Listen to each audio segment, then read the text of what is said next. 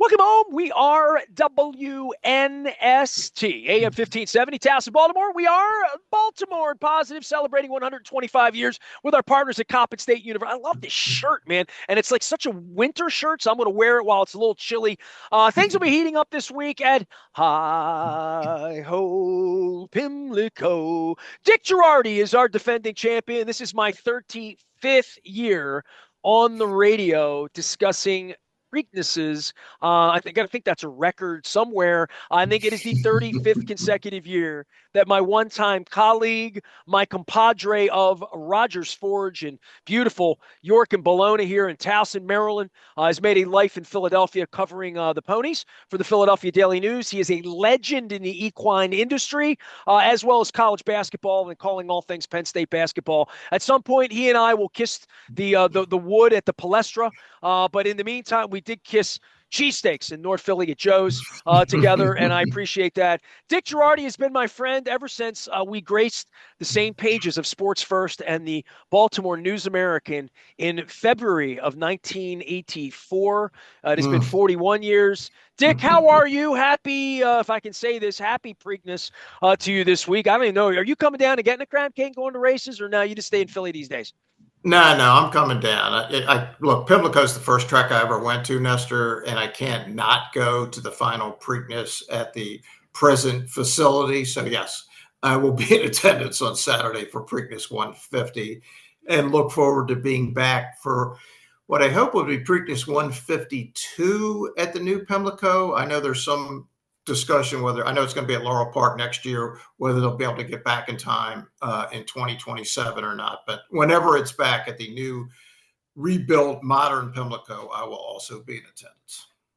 Listen, I'll mess with the Philadelphia thing later. You and I can fix the Orioles pitching because I know at heart the Orioles were your first love, if not the Colts, if not Secretariat for you. And every horse last week in Churchill was of Secretariat. That's quite a stud fee there, nonetheless. But I just want to throw the floor to you all these years into this. I don't know how much longer you're going to live. I'm going to live. We're going to live. We would have thought Pimlico would have been destroyed the year that all the electronics didn't work and they lost the parimutuel wagering. And that was in 88 or 89. Guy tried 19, to punch.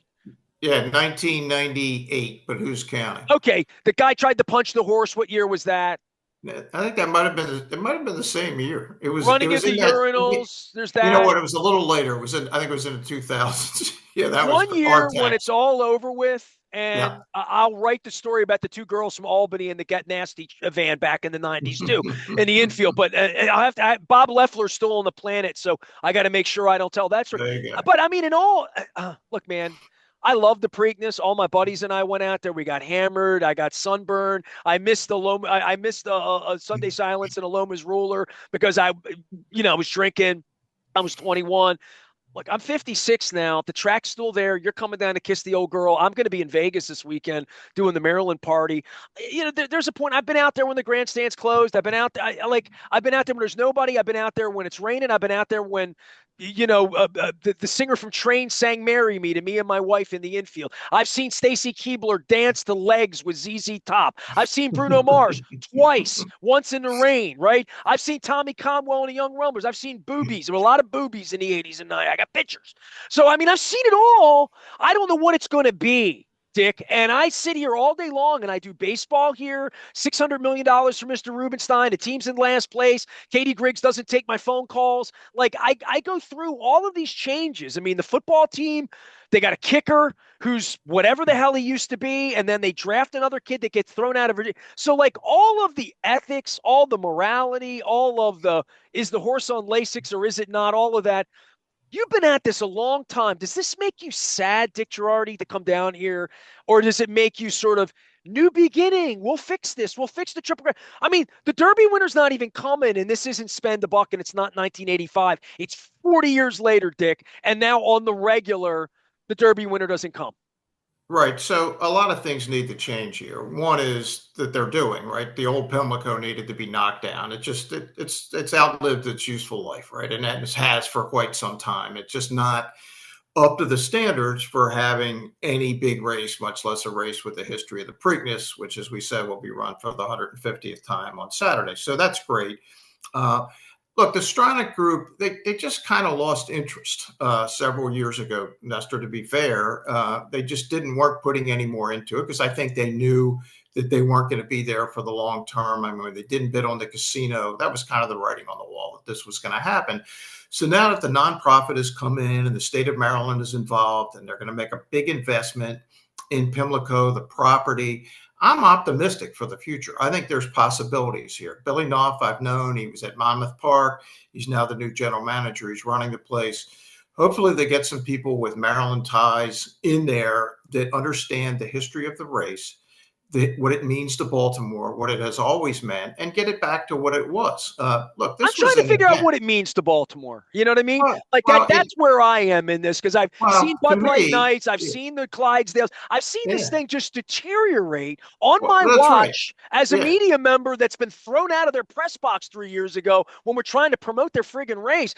The race is going on this week, and you wouldn't know it. Like, other than BAL being all snuffed up into it because they're like media partnered into it, the city's not stopping. You know what I mean? Like, and all the movers and shakers go out to Las Vegas, and there's 2,000 business leaders that go out to Las Vegas this weekend and do business and just sort of skip the race. The So, governor has to go, but yeah. yeah. Here's the way I would look at it, Nestor. Look at it this way. All right, so the Colts left for Indianapolis. It was probably the worst night in Baltimore sports history, right? Well, like what, 15 years later, the Ravens came in, and they've become a huge deal in the city. The Orioles were bad, had been bad for a long time until 2 years ago. Then they got young, they got good. I don't really know what is happening this year, other than all their young pitchers are hurt, and they got 100-year-old guys out there that can't pitch anymore. And the interest was renewed. This is going to be a little harder because it's a once-a-year event, but the fact that they're putting all this money into Pimlico and everything is going to be framed around the Preakness, and you have new management with some new ideas, but they're going to have to recreate something that was a gigantic success. There really were 100,000 people out there or in that vicinity for a long time when you look at the infield. But having been there the last couple of years, Nestor, I don't know where all the people went, but they're not there. The kids aren't infield there. became something, and I was a part of it, Dick. Sure. It was part Baltimore, but it was really a frat party and a No, sorority party. it was an East Coast college thing. It And was an because East it Coast. changes, Kutztown State would bring two bus sure. loads of girls down here to get hammered, Right. and that's what this was. Right. And they got to figure out a way not only to recreate that, but also get a buzz around the race itself where you can get the people that are willing to pay big numbers, not the Churchill Downs numbers where people are paying 8,000-10,000 for a day. I mean, that's not going to happen in Baltimore. And you're never going to be the Derby, but you can make it bigger. So a couple of things need to happen. One, this new building needs to be hopefully as good as everybody wants it to be. And then they got to go out to all the communities that you need to go out to and sell this race again. And then Nestor, probably most importantly, and this is something that could happen fairly soon, but may not happen at all. You mentioned before, no Kentucky Derby winner this year. That can happen in the future. The only way you can make sure that doesn't happen, move the race. The race has to get out of the middle of May, has to go to the beginning of June. So you give the Derby winner 4 weeks. And I think right now, there's no incentive for that to happen. NBC owns the rights to the Preakness and the Derby. They don't want to move it. Fox owns the rights to the Belmont. They don't want to move. Belmont does not want to move off their date. So here's what's likely going to happen. May happen. NBC is going to hold on to the Derby. The Preakness is most valuable as a national event with the Derby winner, right? So how do you get that Derby winner? Well, you move the race back. Well, then Belmont Park's going to say, well, we don't want to move our race back. Well, guess what? Find a way when this contract runs out with NBC to go with Fox in the Preakness. Then Fox will have an incentive. They'll want a Triple Crown on the line, right? For the Belmont, they'll have an incentive to move the Preakness to get it 4 weeks away. And then that way you get the Derby winner, and then you'll have a chance. The Belmont Stakes is a much more valuable property, dramatically so, when there's a Triple Crown on the line. And trust me, Belmont Park is not happy that the Derby winner is not here. I know he's going to run in their race, but it ain't the same as a horse running in their race. And keep in mind also, while Pimlico is being reconstructed, so is Belmont Park. They're going to open probably in 2027. and they're going to want this ironed out so we can find a way to get back to the real Triple Crown. And anybody that says it would be different, it wouldn't be the same with not the 2 weeks, forget it. The whole sport has changed. The fact that the Derby winner isn't here for the third time in 7 years should tell you something. And it's not the fault of Pimlico or the Preakness. It's just the whole sport has changed. Horses at that level do not run back in 2 weeks except for during the Triple Crown, which just happens to be the marquee series in the sport. Well, Dick Jerardi is our guest. He is our defending champion. It is Preakness week around here, and I'm trying to separate fact from fiction and trying to not have kayfabe industry people blowing smoke up my rectum about what this is, because I've witnessed this for 35 years, and it is not a going concern, horse racing here. My friends at Costas are opening in the Timonium racetrack and what used to be Nick's Grandstand Grill, and I went there. Dick, it was Derby day. I went there, and this is no offense, and we just lost Mr. Costas, who was very involved. Every man, and it was all men, in that parlor in OTB Timonium were contemporaries of Mr. Costas. I was the Yep. youngest person in the room by a lot, and I'm No, I 56. get it. Yeah. And I No. don't know where, and it was Derby day, and people were betting, and these were guys Yep. who, if you walked in, you would have gotten applause because they all know you in that world. And they've known you for 40 years in that world because you're in that industry in that way. I don't smell the youth in this. I don't smell, and much like baseball being so Caucasian that it's frightening. I don't smell any sort of crossover in this, or young play in this, or outside the beltway play in this for coming to the track the other 364 days of the year. And with all of the horse racing part of gambling and guys and dolls, and when you were a young guy, it was the place you could get action other than Louis the bookmaker. Man, in this world where you can bet on every pitch now, on baseball and all of that, the Yep. betting part of horse racing that made it so uniquely aligned with betting, where we're in a world now you can bet on anything anytime you want from anywhere you want. That part of it, as the sell, it now has to be an entertainment vehicle where people fall in love with the horses, the jockeys, and the horses don't talk. Jockeys don't talk a lot. They have to fall in love with the pageantry of it, or it just has to be a really nice place to go and a good time and something for people to do. And that's a complete baseball's got the same issue. I really believe that, of this introduction of what it's going to be when I come. I go to baseball games now as a DJ. It's loud. It's a completely different thing than the reason I went, and that's cool. But people have to buy it, and I don't know horse racing. It's been so long since I've seen multicultural, multi-age people anytime, anywhere. And that can be concerts, that can be painting your face with the clowns, or day in the park, or booze in the infield, or whatever it is. But getting people in and around it, Pimlico has been so broken down that they can't have even the Who concerts they were having there 20 years ago or whatever out in the infield. It's been that. I don't know what the vision is. And Dick, from the top down, for the race, for all of this to succeed, there's so many things working against it, including this television thing and all of this that's working against it. I just, much like the football people, we gave them $600 million. You know what they did? They threw people like me out of the press box, moved the press box to the roof, took the 50-yard line and turned it into a $50,000 a year club. Like, that's what they did with their money.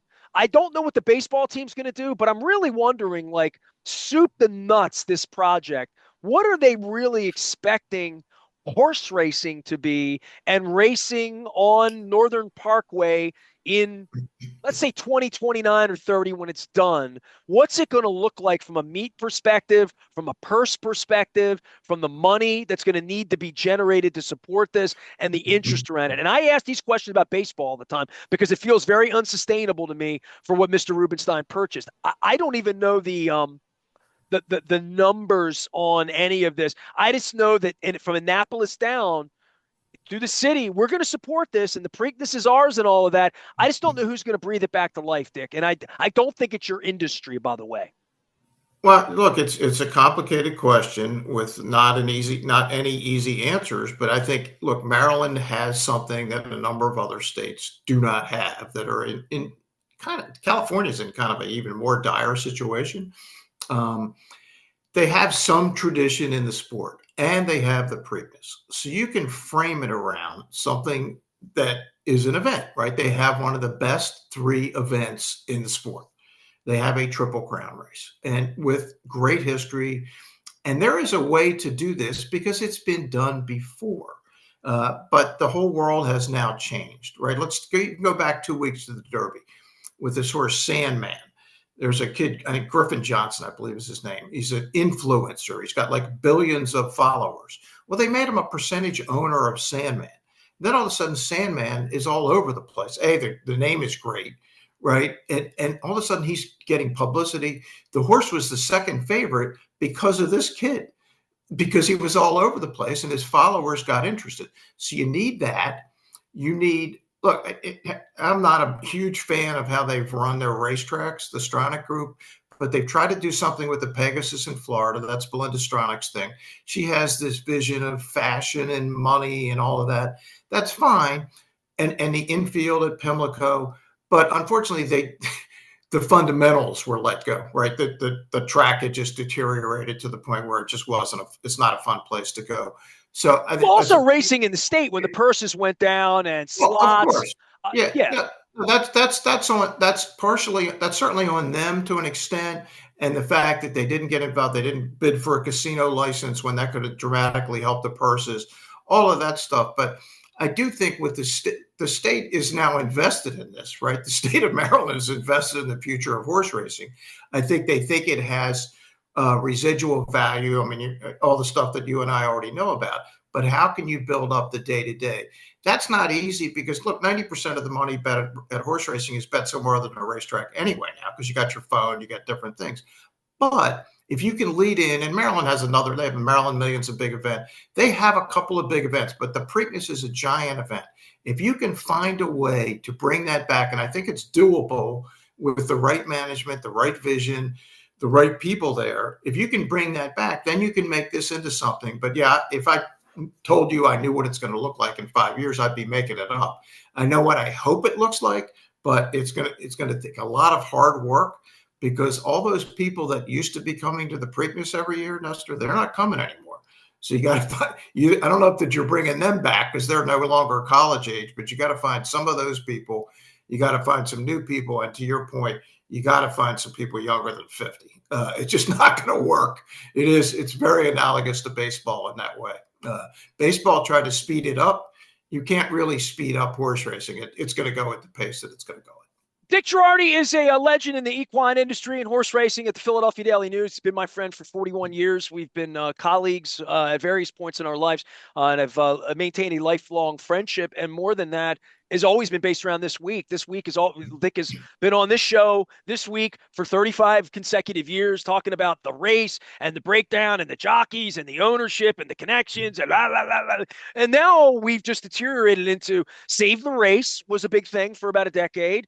Save the track, save this, save the name and all that. Now we can't get the Derby winner here. This was always problematic going back to the genesis of our relationship with Spend a Buck, which you told me the story of winding up at Philadelphia Park and New Jersey and New Jersey, whatever the Derby, whatever the hell that thing was called. Jersey Derby. Jersey, whatever it was back in the day, 1985. People can look it up. For me, all these years later, I still look at the totality of all of this. And I think it's analogous to horse race or to boxing, where because the IBF and the WBA and the WBC and the Mafia and Don King and Aram and everybody's got a piece of this and HBO's got this and Showtime's got that. Like everybody's into something else. There's no governing body here. And I think the real problem for the Preakness is the Belmont, right? And where that money would be and who owns what, and everybody hates everybody and nobody communicates. And I every 52 weeks, you and I get together and talk about this, but this is as acute as it's ever been that the schedule's wrong. The schedule's wrong, period. The schedule's wrong. So if Belmont's not going to move, well, they may. The point I was making earlier, Nestor, is they may move. Let's just say the contract is up with NBC, and I don't think NBC's in love with the Preakness if they can't get the Derby winner, right? And NBC can't control that. That maybe Fox jumps in. The Preakness becomes more valuable, obviously, if it's moved, where you're going to get the Derby winner. But yeah, that's something that hopefully will be settled here shortly, because right now it's just a mess.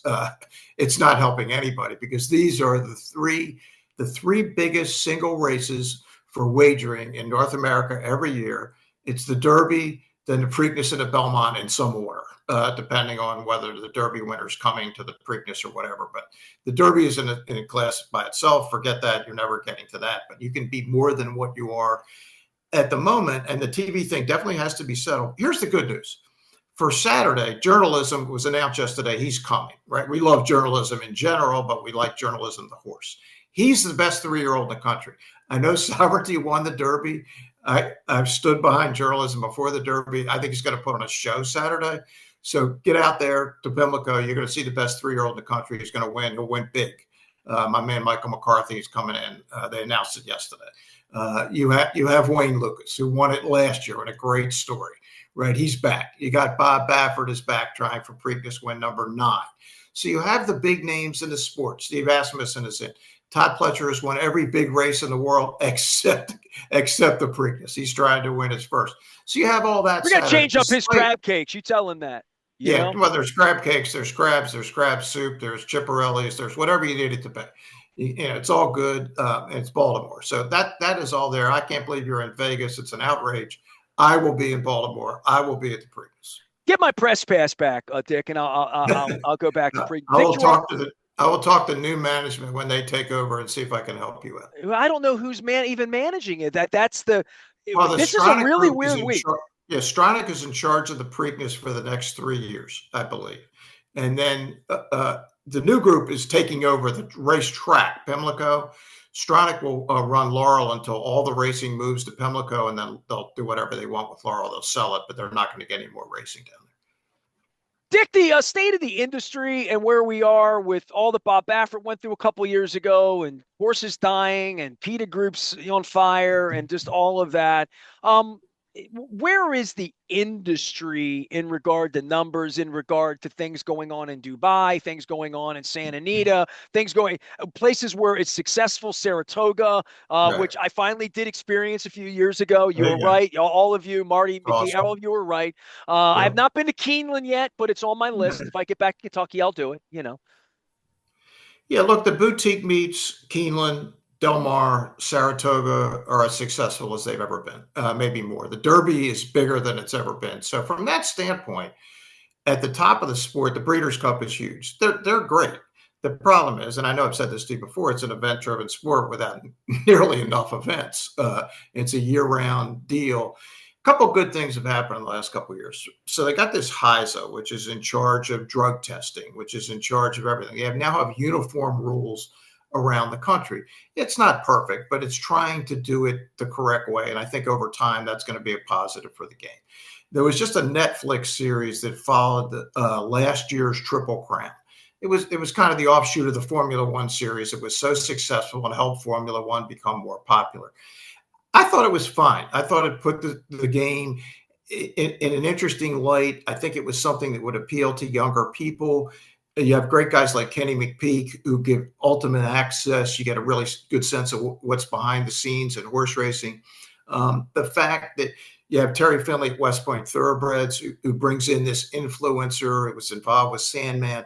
That tells you that there are some people in the game. But the problem is there's just so many people in the game that only care about themselves, that don't care about the sport itself.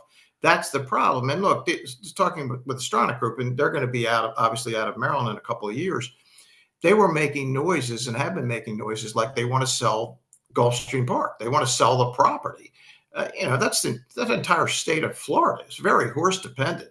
And if Gulfstream Park goes, I mean, that's a huge problem. And the issue, Nestor, is I don't know if you've been to Gulfstream, but I have, but not in a long time. I mean, right, I've been there since the remodel, but then I went back to the neighborhood, and Cartier and Prada, it's a giant, like, elegant mall. Yeah, it's a mall. You're right. I don't. It love looks what like they did. Caesar's Palace got dumped down into South Florida. I actually would not have minded keeping the old Gulfstream Park. I thought it was fine, but whatever. That's what they did. But now they're talking about, hey, look, we'd like to find a way to take our casino business and decouple it from our horse racing business, meaning we don't want to be in the horse racing business, is what they're saying. right now, the governor of Florida seems to be on the horse racing side. If that's the case, then at least as long as DeSantis is there, it's not going to happen. But there's that threat that they could sell the property. And Nestor, it's probably worth $1 billion. I mean, you know where it is. It's there between Fort Lauderdale and Miami, right off the coast of the Atlantic Ocean. So it's very valuable. It might be worth Same, more than $1 billion. Like right, I'm thinking right, about what who it knows? is, and I'm like, Right, who knows what it's worth? It's worth a lot more as something other than a horse racing track. And unfortunately, the same is true of Santa Anita, which is another Stronach track, which is probably one of the 5 most beautiful sporting venues in the country. But yet it's got all this land, and it's also incredibly valuable. I mean, think of this. It's just on the other side of the San Gabriel Mountains from Pasadena. So, what is that property worth east of downtown Los Angeles? Who knows what it's worth? Worth a ton. So that's an issue. That's a longer term issue, but it's a big issue. well, every golf course is worth more as a Of gated course. community, right? So, Sure. Dick Jerardi is here. He has no gates up in his community. He's living in comfortably up in Philadelphia. He has escaped Rogers Forge after a lifetime of Baltimore sports and Philadelphia sports journalism. Anything to add to this thing here on the to look out for? And I mean, other than you think it's a walkover as a horse race this week, right? I mean, I do. Look, I think journalism, if you go back and watch the tape of the Derby, Nestor, he got completely out of position early because Baffert's horse, Citizen Bull, kind of took a right turn out of the gate and really crowded like 7 or 8 horses. And Journalism was one of those horses. I thought he'd be like 5th coming out of the first turn. Instead, he was 10th.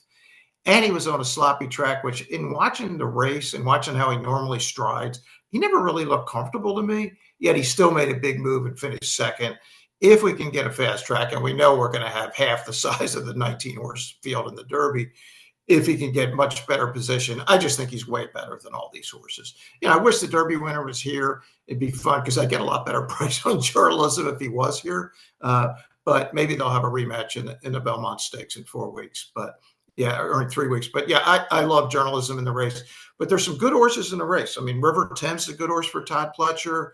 Baffert is here with a horse who's 2 for 2. Now he's untested at this level, but we'll see. We got a couple Sandman we mentioned coming out of the Derby, American Promise for Wayne Lucas. It'll be a good race. The undercard will be good. It'll be good racing. Be a lot of stuff to gamble on. Just give me some good weather as I say goodbye to the old Pimlico. Jason Worth in the horse racing ownership business, huh? Right? It's all that. He is. He Former had Oriole a draft pick, by the way, and I knew right. Jason. Yeah.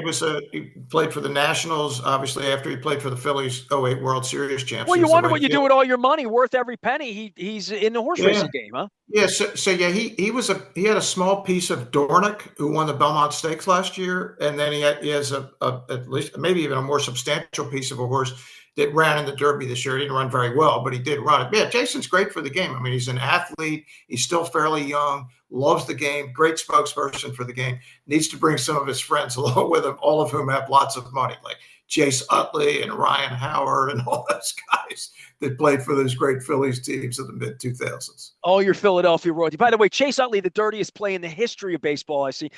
Dick, last thing for you, because you're a degenerate gambler who's made a lot of money on horse racing, as we've talked about over these years. Here's my gambling proposition for you. Did you think you would live long enough? And I know you saw Secretariat make the run back in the day. Did you think you would live to see every horse in the Kentucky Derby be bloodline of Secretariat? Would you have bet on that or against that, knowing what you know about horse racing? I would say this, Nestor. I saw that out there.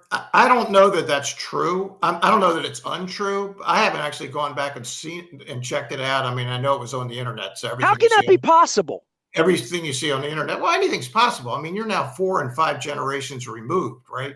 I mean, Secretariat ran in the Preakness 53 years ago. So, or 52 years ago. So, right. I mean, think about that. There's a lot of foals. I mean, Secretariat only lived till 1989, but Risen Star was the son of Secretariat. Lady Secret was a daughter of Secretariat. So yeah, they over time. So that is possible. Yeah, it's a little crazy. And the other thing I would tell you, speaking of gambling, I'm doing stuff all week for betonline.ag for our buddy Jimmy Shapiro.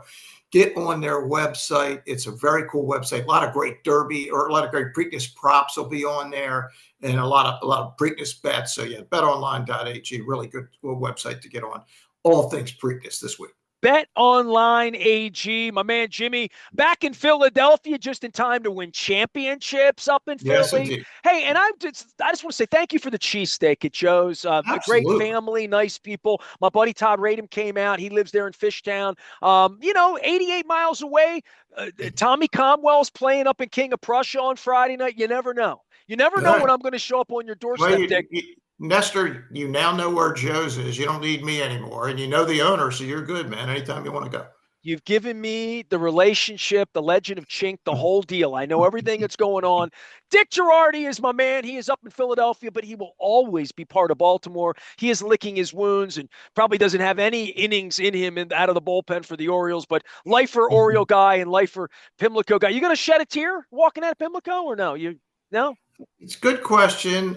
Probably not, but who knows? We'll find out late Saturday evening. I'm going to hang up. Normally, I ran out of there pretty fast last year. I think I'm going to hang around this year, kind of just wander around a bit before I bolt out of there. And you mentioned earlier my first sports love, the Colts. That was my team. I mean, I love the Orioles, and I spent many nights 85 cents in the right field bleachers talking to Frank Robinson. But yeah, the Johnny U, Letty Moore, Raymond Berry, Jim Parker, Gino Marchetti, Colts, they were my squads. See that? See, I mean, that's why I love you, Dick. Dick Jerardi is my man. He's up in Philadelphia, a legend for the Philadelphia Daily News, still writing and thinking about horse racing as well as college basketball. Still owes me a day at the Palestra. We're working on that. One day we'll make that happen. Happy Preakness week to all celebrating. We'll be broadcasting from the pool at the Encore. Steve Wynn, also a Baltimore connection. We're going to be out at the Encore pool all weekend long for the Maryland Party. You can learn more about the everything they do. It's a big statewide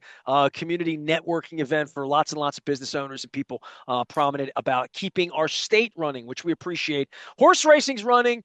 Luke is running with the baseball team this week as the Washington Nationals come to town. I'm running out to Vegas, and if I'd have survived this AC/DC concert and the Pat Benatar show at Lyric this week, I'm rocking and rolling. We are WNST, AM 1570, Towson, Baltimore, and we never stop talking Baltimore positive.